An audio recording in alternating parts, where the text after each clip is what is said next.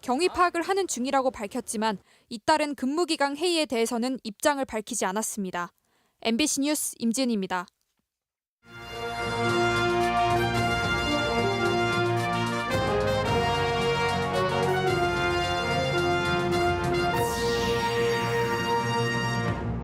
일, 20분 동안 충북 중북부를 강타한 우박에 120헥타르가 넘는 농작물이 피해를 입었습니다. 집과 자동차도 성치 않았습니다. 충북의 구제역이 종식 선언을 위한 최종 검사에 들어갔습니다. 우리나라에서 4년여 만인 구제역 확산은 청주와 증평 11개 농장을 끝으로 마무리될 전망입니다. 김영환 지사가 경제수석 자리를 신설해 김학도 전 중소벤처기업부 차관을 임명하기로 했습니다. 예상 밖의 깜짝 타격 인사입니다. 시청자 여러분 안녕하십니까? 계속해서 충북 소식입니다. 어제 오후 충북과 강원 일부 지역에 국지성 호우와 우박이 쏟아졌습니다. 1, 20분에 불과한 짧은 시간이었는데 우박의 크기가 골프공만 해서 농작물 피해는 물론 집과 자동차까지 파손됐습니다.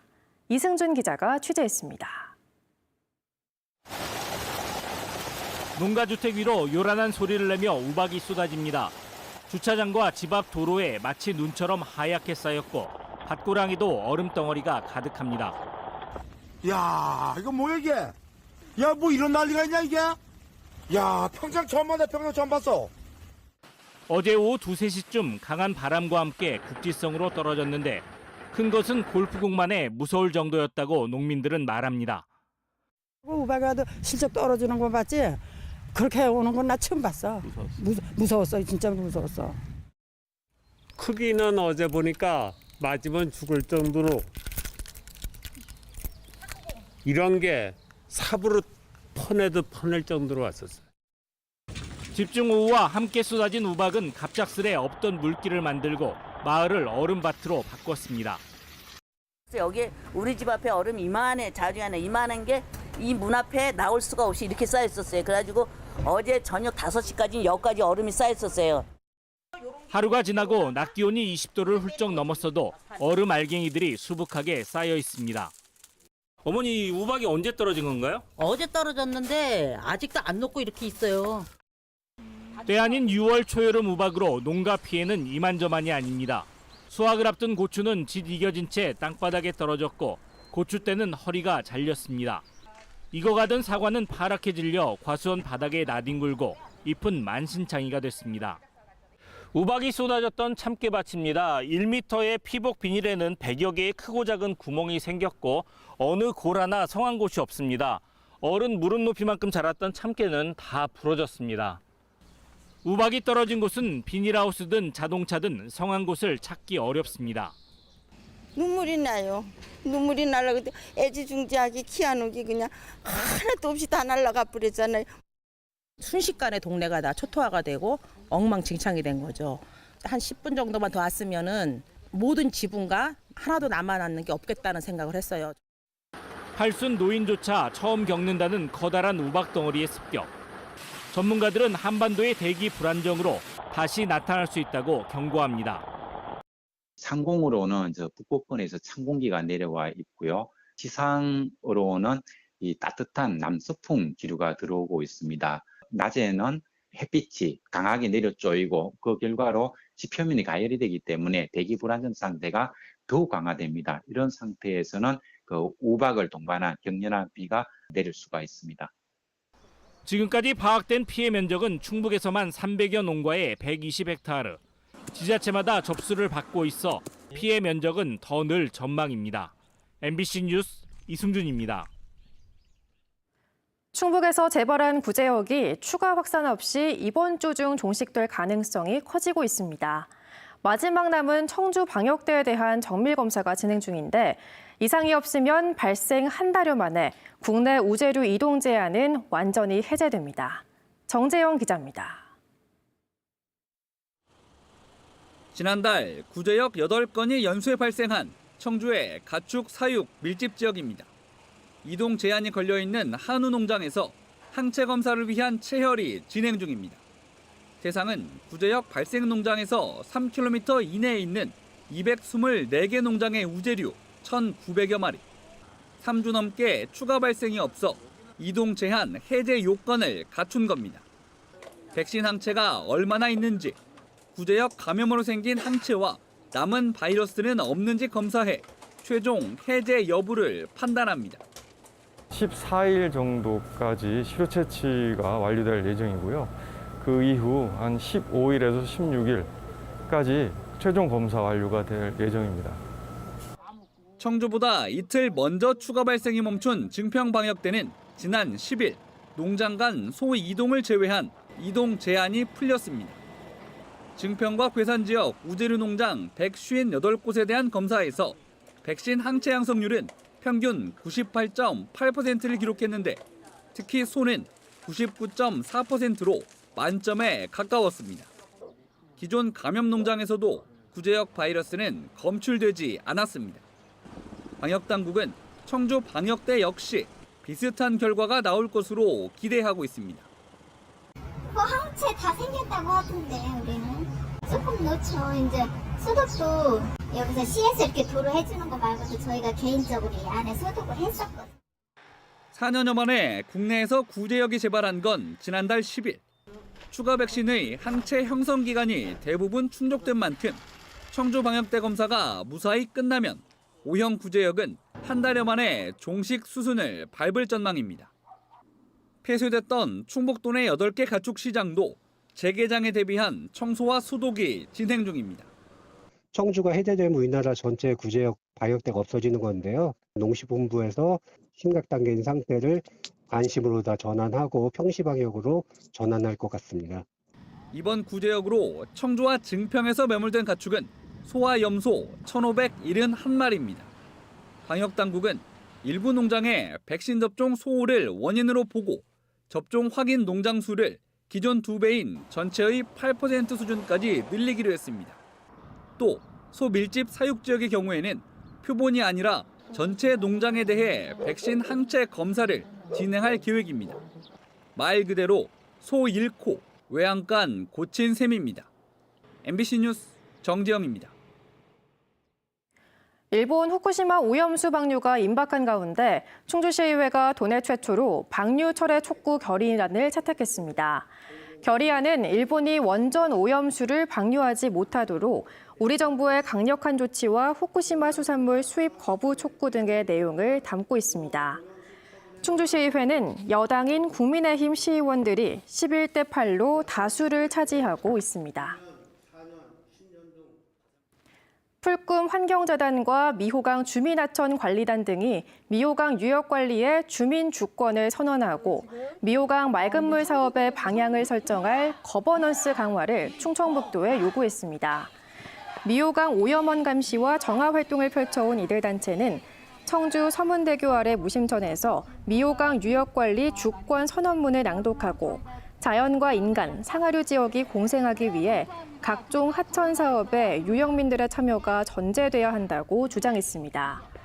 충청북도는 다음 달 비전 선포식을 시작으로 10년 동안 89km 구간에 1조 7천억 원을 들여 오염원 차단과 유량 증가, 친수 공간 조성 등을 골자로 한 미호강 맑은물 사업을 추진합니다.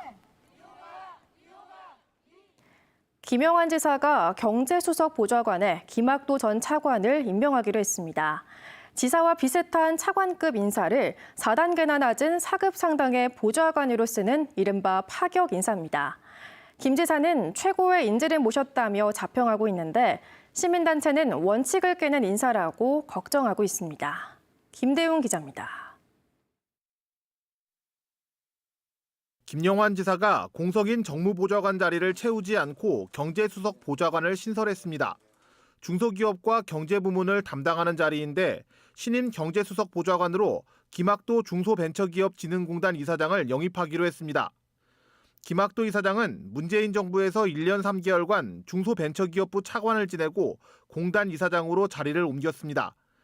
김 지사의 청주구 후배로 김 지사가 지난해 취임한 직후 1급인 경제부지사를 제안했지만 당시에는 성사되지 않았습니다. 그런데 이번에 임명할 자리는 4급 상당의 보좌관. 차관이 도지사와 비슷한 직급임을 고려하면 4단계나 낮은 자리에 임명하는 파격 인사입니다. 본인은 뭐 전혀 문제가 되지 않는다 그렇게 생각하고 있고, 왜냐하면 이제 고향을 위해서 봉사하겠다 그런 생각을 갖고 있고, 그런 직급이나 이런 위치나 이런 거에 대해서 연연하지 않겠다고. 김 지사는 낙하산 인사 논란이 있는 김용수 충북도립대 총장 후보자도 임명 절차에 들어갔다고 밝혔습니다. 김 지사는 자신을 믿고 지켜봐달라고 말했습니다. 좀 어렵더라도 이 문제를 도립대 혁신의 그런 차원에서 또 뭔가 새로운 출발을 해야 된다는 그런 생각에서 내린 결정이라고 생각해 주시면 좋겠습니다. 연이은 인사와 관련해 시민단체는 인사의 원칙을 깨는 파격 인사라고 우려했습니다. 자기와 인맥이나 항맥으로 연결된 사람들이 검증이 됐다는 식의 매우 독단적이고 문제 있는 인사를 진행하고 있는 것 같아서 김 지사는 이와 관련해 평가를 엄정하게 해 능력을 발휘하지 못하거나 지역에서 자리 잡지 못하면 그때마다 필요한 인사를 단행하겠다고 밝혔습니다. MBC 뉴스 김대웅입니다. 충청북도가 2026년에 지역 내 총생산 100조 원 달성을 공언했습니다. 충청북도는 최근 추세대로면 2021년 70.1조 원인 지역 내 총생산이 2026년에는 84.5조 원에 이를 거라고 전제한 뒤 오송 바이오 메디컬 캠퍼스 타운 조성과 레이크파크, 투자 유치 등 창조적 혁신을 통해 부족한 15조 원을 채우겠다고 밝혔습니다. 충청북도가 설정한 GRDP 100조 원 목표는 1인당 도민소득 5만 불 시대를 의미하는 거라고 설명했습니다. 이달 말일부터 업소 연매출 규모에 따라 청주페이 사용이 제한됩니다. 청주시는 행정안전부의 변경 지침에 따라 오는 30일 0시부터 연 매출액이 30억 원을 초과하는 업소는 청주페이 가맹점 등록을 취소한다고 밝혔습니다.